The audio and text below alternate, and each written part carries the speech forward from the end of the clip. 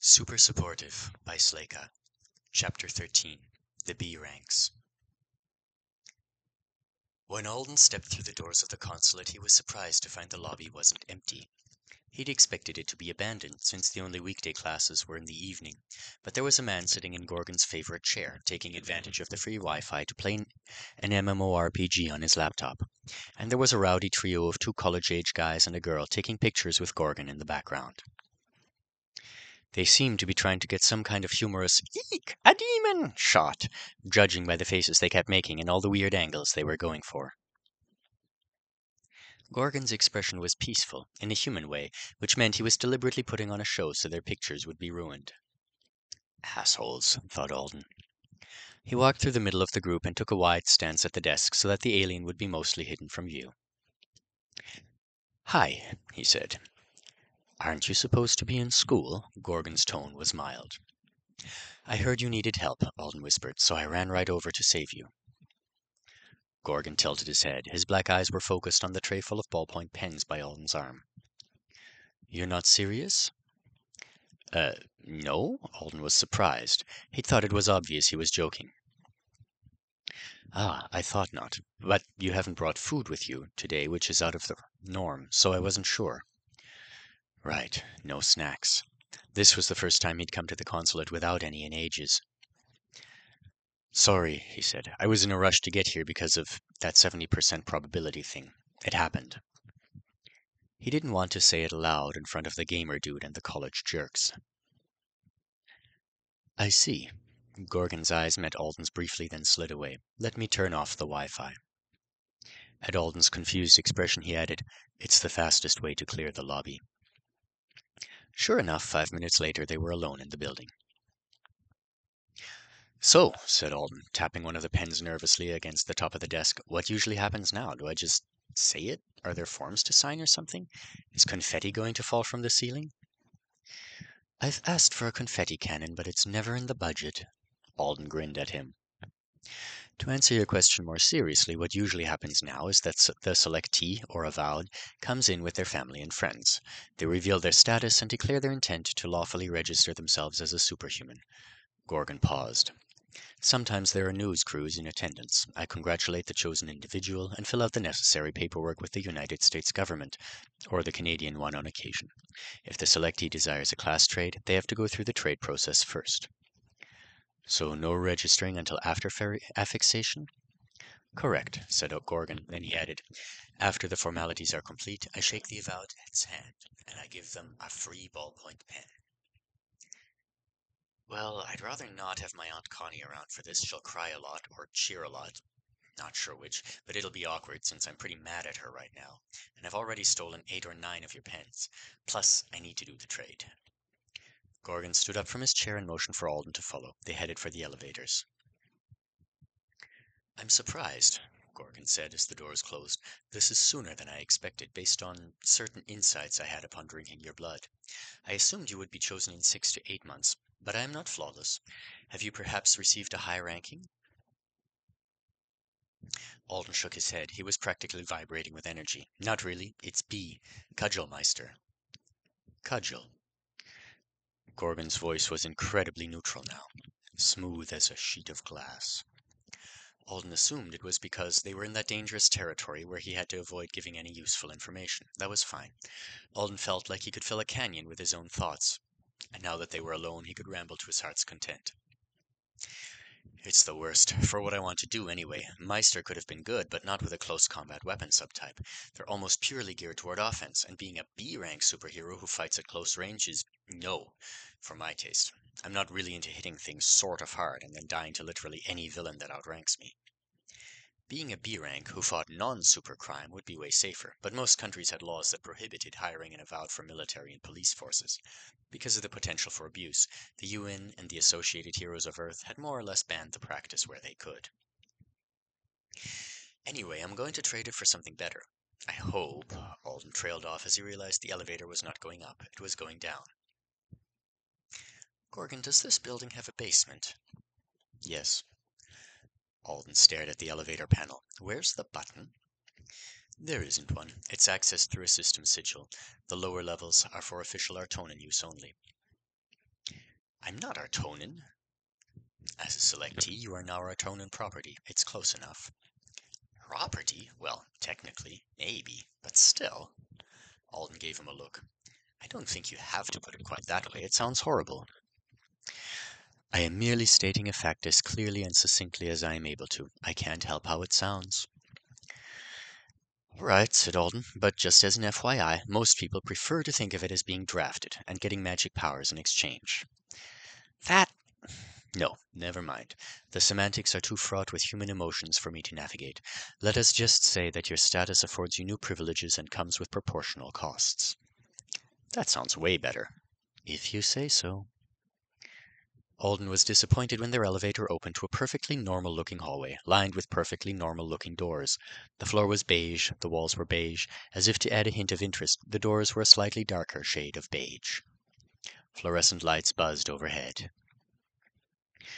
Gorgon led him to a small, grey office that was nearly empty, except for a table that seemed to have been carved out of a block of milky white crystal. There was a single metal folding chair beside it. Gorgon gestured to the chair, one of his golden bindings trailing through the air like a scarf as he did so, and Alden took it. The alien went to stand on the opposite side of the table. Before we begin, I will tell you exactly the same thing I tell every selectee who comes through here without an entourage or civilian onlookers. It's a simple courtesy that I would extend to all, but it tends to make your government officials whine when they catch wind of it. So it is reserved for the lonely few. Alden blinked. I thought you couldn't tell me anything really useful? Gorgon nodded. This is less a revelation and more a reminder of something you should already know, which is this: even once your class is affixed, you don't actually have to register yourself as one of the Avowed. Alden blinked. Beg pardon? Gorgon waved his hand dismissively. It's something that likely does not apply to you, considering what I know of your personal goals. But I have observed that young humans often barrel along the beaten path without pausing to consider other options. To be clear, registering new Avowed with Earth governments is a service this consulate provides for the convenience of the Avowed. I owe no loyalty to human presidents or kings. As the Artonan triplanets have no registration requirement, because among your selection by the system, all your information was immediately made available to them anyways. I did know that, Alden realized with surprise. Sort of. Being chosen by the system meant his aunt was no longer his legal guardian, and he was no longer American. Upon registration, his citizenship would automatically be transferred to Anesidora Island. 90 days after his selection day, he'd be required to leave the country. It was the same rules for virtually every other place in the world. But that was an Earth thing. The Artonans didn't care where Avowed lived. Alden could take up residence in the White House, or on the moon, or in another dimension altogether. They could summon him from anywhere, as far as he knew, so it was all the same to them. Only... Gorgon, not registering would make me a criminal. Everywhere on this planet, at least. It's pretty much step one in becoming a supervillain instead of a hero. Body Drainer was unregistered. He didn't say it, but the thought was at the forefront of his mind. The alien shook his head. I have met a small but not insignificant number of Avowed who refuse to register, and most of them do so without becoming net dangerous to society. They live normal lives except for the occasional unavoidable Artonan summons, and in such cases human governments are none the wiser or the worse for it. Alden frowned at him. Are you recommending that? It's not a recommendation, it's a reminder, one I feel the need to deliver when I am able to, given the prevalence of certain narratives about unregistered Avowed. If you want to, you could graduate from high school with Bo and Jeremy. You could attend college. You could pursue any of 1,000 different careers, and the Artonans would not regard you as a criminal at all. Alden's brain tripped around the idea, trying to figure out how to feel about it. But if someone found out... Ah, yes, said Gorgon. Secrecy would be paramount in such a situation. And a life in hiding is not good for one's nerves. I don't mean to confuse you, only to encourage you to consider your options. All of them, before you make momentous and irrevocable decisions. Okay, thanks. I will think about it. Maybe if I can't replace Cudgelmeister, it's a great option for me, but I do want to at least try for a better class first. And so I will introduce you to the pre-affixation trading market. Gorgon placed one of his grey hands on top of the milky crystal table. He splayed his fingers, and a moment later the table began to glow with a warm light. The triplanetary government of Artona assigns a wide variety of classes to Earth. The types of classes they choose to offer are largely based on which services they anticipate needing from their human summons in the coming decades. I am not at liberty to disclose more about that than that about their thought process. But there is more to be disclosed? Gorgon ignored the question and continued on with his speech. Despite what you may have heard from more fancifully minded people, the classes you were assigned has absolutely nothing to do with your soul. You do not have a hidden power or personality trait that makes the system give you Cudgelmeister class. It was merely the next B rank assignment on the system's distribution list at the moment your being reached the threshold for selection.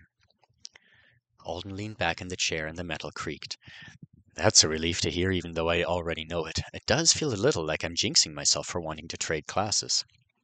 Gorgon sighed dramatically. I am aware that many humans feel that way about it. The number of young people who weep and pray over their decision here in these rooms, even after I tell them there's no need for such agony, is distressing. So the Artonans really don't care at all if we trade classes around? They do not, provided trades only take place between equally ranked individuals.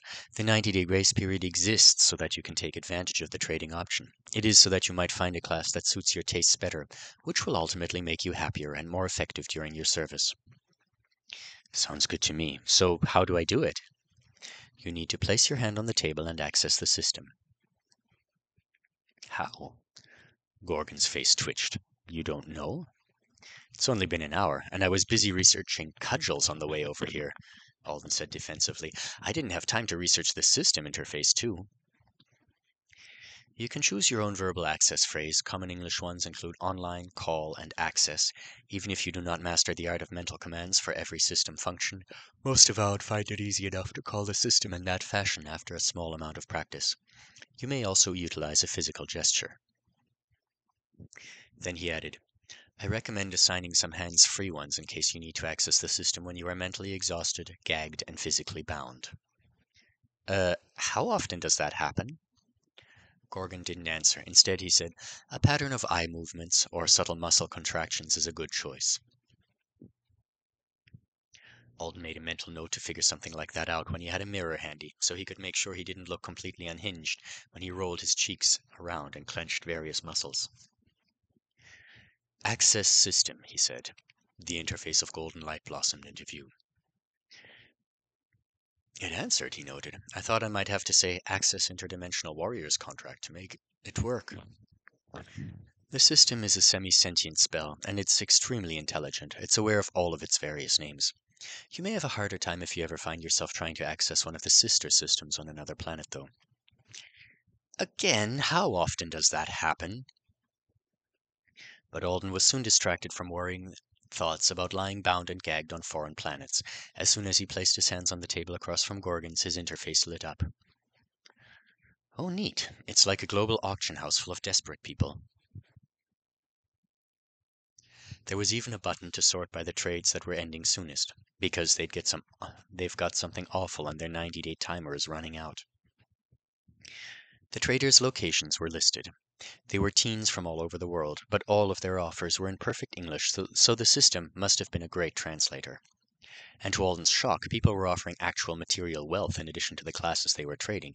He hadn't thought that would be an option.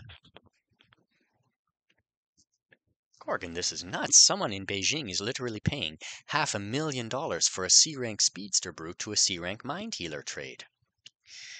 Yes, that's been up for the full 90 days. The selectee obviously wants Healer of Mind badly, but even if one has been assigned in recent months, nobody is willing to trade it. There aren't any names, Alden noted, just random ID numbers. By default, trades are private, though in the case of more unusual classes, it soon becomes obvious who the involved parties were. In your case, I recommend not bothering to be overly secretive. You will note there aren't as many selectees trading at your level. You may hide your identity, but the personal touch can make the difference when it comes to final decisions.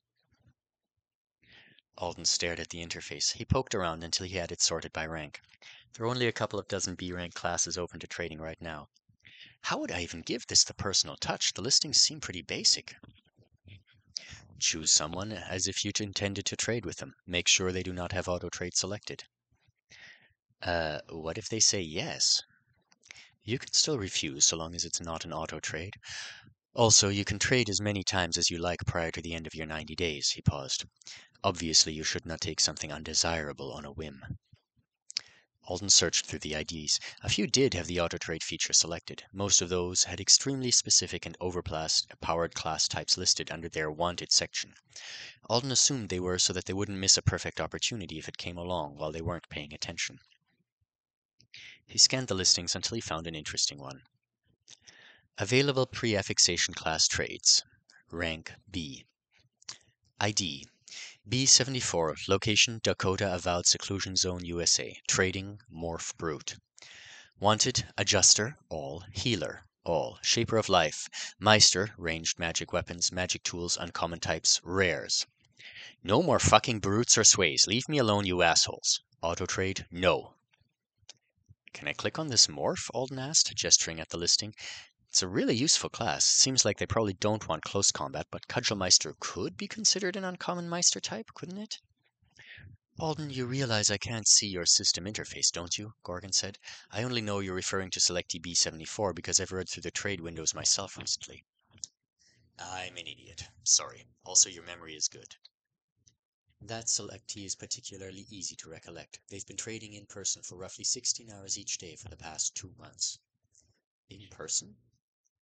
Auto trade is usually used when people are sleeping or otherwise engaged. B74 is rarely otherwise engaged. Introduce yourself to them. You'll see what I mean. Gorgon stepped into the corner of the room while Alden figured out how to initiate a trade with B74. He had to swipe through several screens to set up his own trading profile first. Finally, he was given the identity B13 and his own little place on the class trade list. ID B13. Location Artona Consulate 4, USA. Trading Meister of Cudgel. Wanted Adjuster, all. Healer, all. Meister, traps, wands. Notes: become a master of the cudgel. Hit bad guys with sticks. Auto trade, no. Alden looked over the listing and felt fairly satisfied with it. He would need to refresh his knowledge of some of the more obscure classes so that he could fill out his wanted section better. He almost listed rares like B74, because the rare classes were all interesting just by virtue of being more mysterious. But the only ones he could think of at the top of his head were Rabbit, Tailor, and Mourner, and those were even worse for his needs than Cudgelmeister. Now that he had a profile, B74's ID had been highlighted like a clickable link. He clicked. Initiate live trade negotiations with B74? Yes, no. Alden selected yes. B74 has access to your invitation. B74 has been vouched for by an authorized witness. You have been vouched for by an authorized witness. Negotiations are approved. Keep your hands on the table or the connection will be cut off, Gorgon warned him. Alden scooted his chair closer to the glowing crystal table and pressed his right hand to it more firmly. A second later, he almost leapt out of his seat as a boy appeared from thin air, sitting in another metal folding chair on the other side of the table. Alden swore and leaned back in alarm. It wasn't just the other guy. A collection of junk had appeared on the other half of the table at the same time. As if it had been horizontally bisected, the pristine empty table Alden was sitting at suddenly ended, and an identical table covered in chip bags, energy drink bottles, napkin wads, notebooks, uncapped pens, and highlighters began. Sitting at the filthy table, with a serious case of bedhead and a really dense 5 o'clock shadow, was a guy who must have been around Alden's age. B74 looked pissed. He slapped the table and stood, glaring at Alden.